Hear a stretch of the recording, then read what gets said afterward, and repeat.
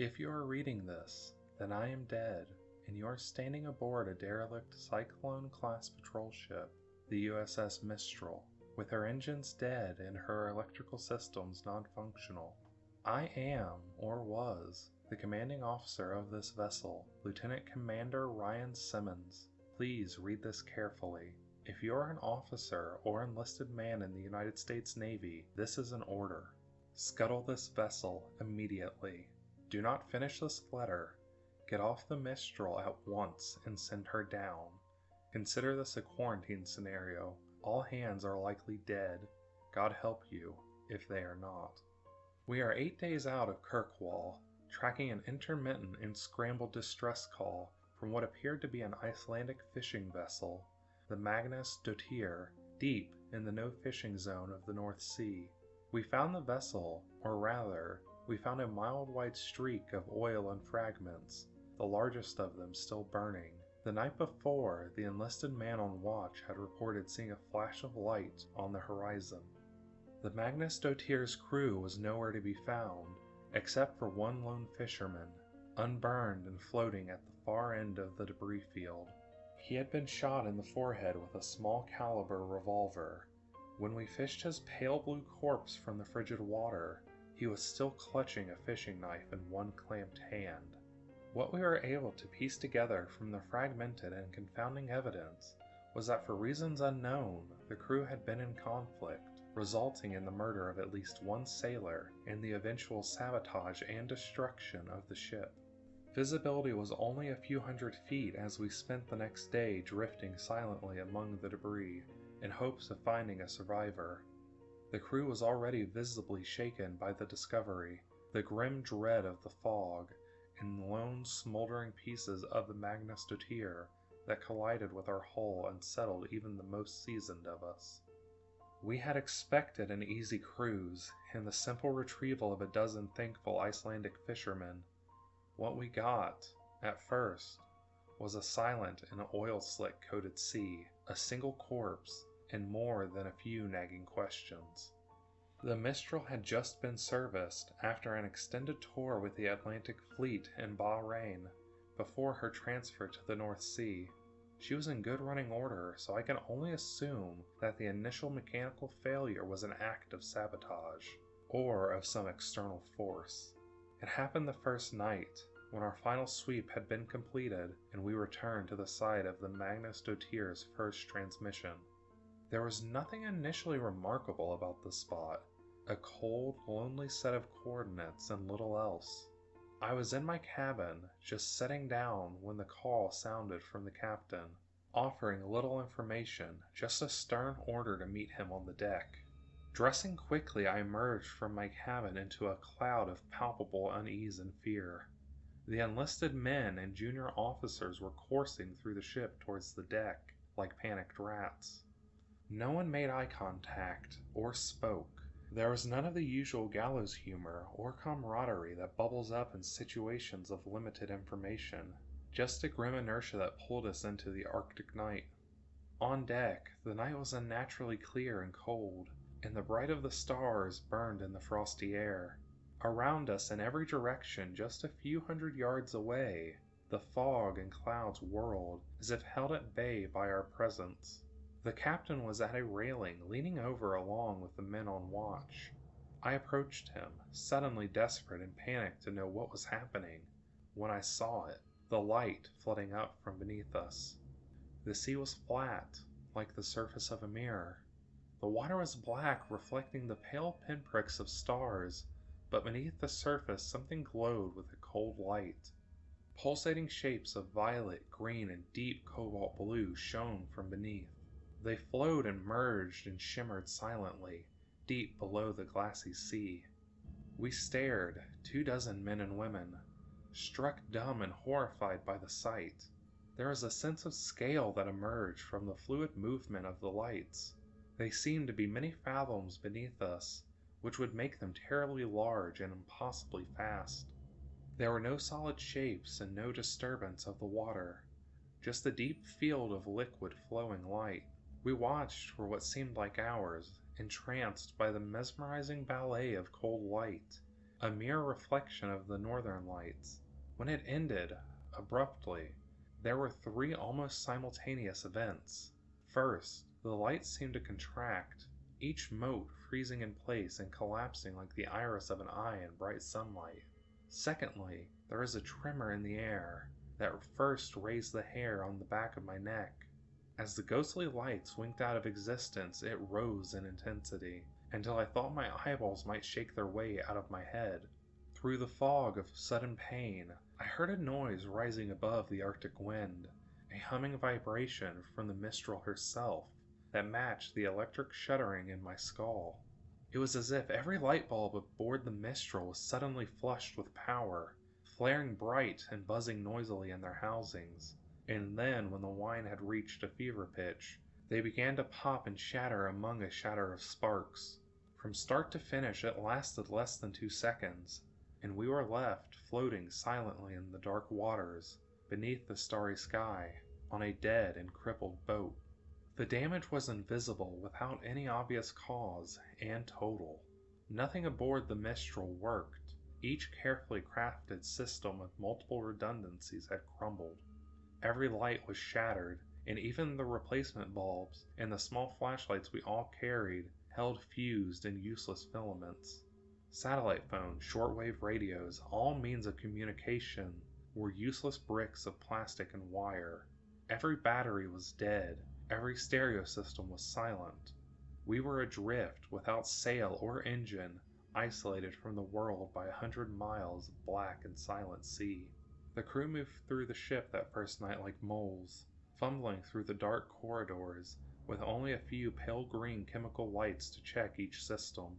They relayed each disheartening message like a fire brigade through the darkness, to where the captain and I stood on deck, trying to make sense of the senseless.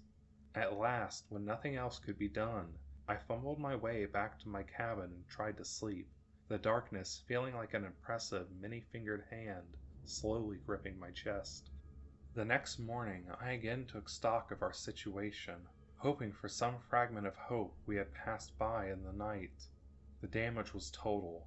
We would have to find a way to send a distress call, and hope that we had not drifted too far from our last known coordinates.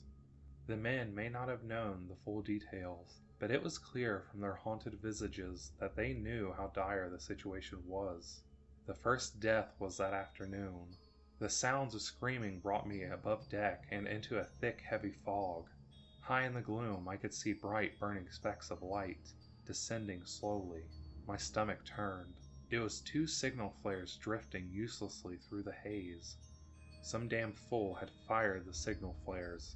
I burned with an unfamiliar and foreign rage, and rushed through the fog to the foredeck, with hatred in my blood and my fists clamped tight.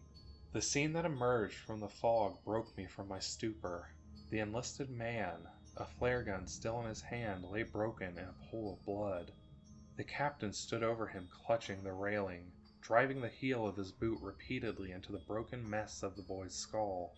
I realized then that the screaming I heard, the high keening wail, was coming from the captain, his face in a rictus of animal rage.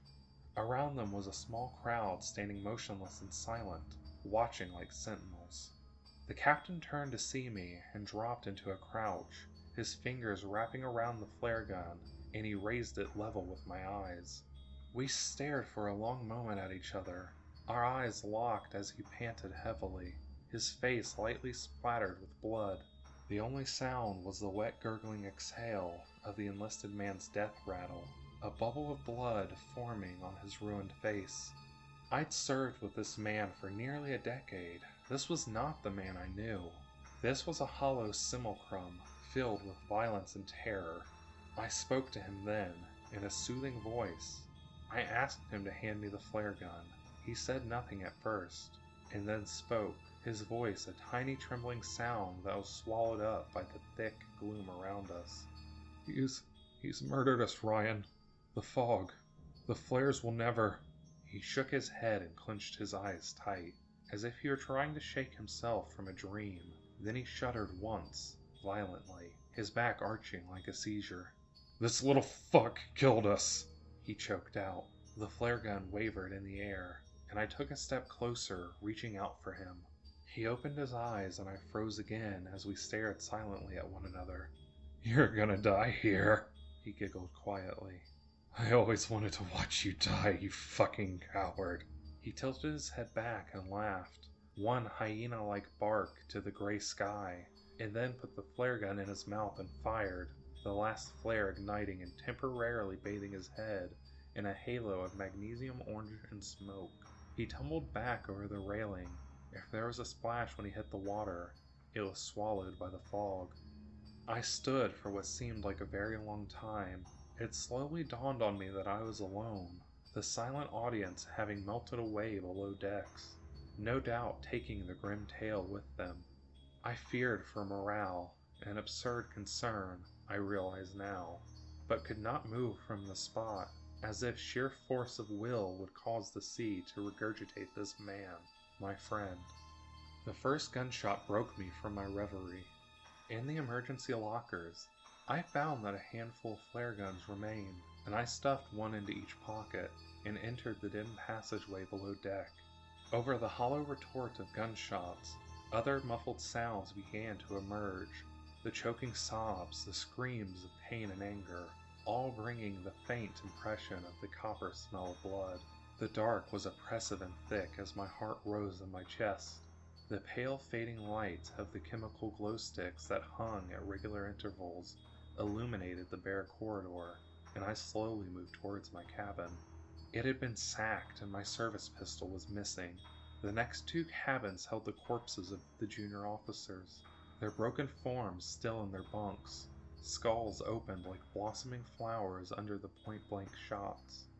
I felt the distinct and irrational desire to run on deck and leap overboard, to swim away from the boat into the unknown sea. I gripped a flare gun and held it out in front of me, less like a weapon and more like a talisman, and began to pace slowly down the corridor to the enlisted bunks. The door was wide open and the smell of blood and fear and shit was nauseating. As my eyes slowly adjusted to the dim, I saw a field of bodies torn, shredded, and shattered by bullets and makeshift clubs.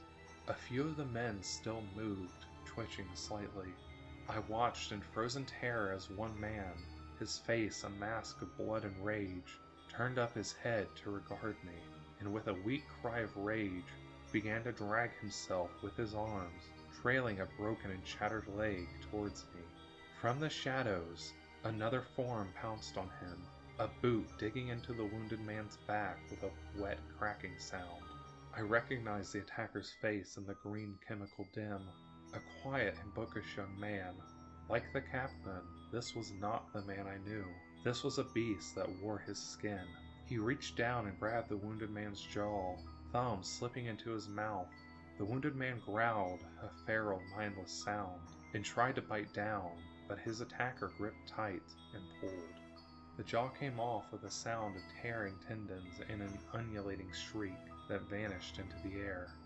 I was no longer breathing, holding silently at the entrance, but the attacker snapped his head up to see me, nostrils flaring. The jawbone hit the floor with a meaty sound, and he lunged towards me with silent animal grace. I fired the flare gun and hit him square in the chest. His shirt caught fire, and all air escaped his lungs with a sudden and forceful exhale. But impossibly, he continued towards me. As I passed through the portal and slammed the door, the fire had climbed into his hair and he was squealing now, his clawed hands still outstretched towards me. I felt him impact the door,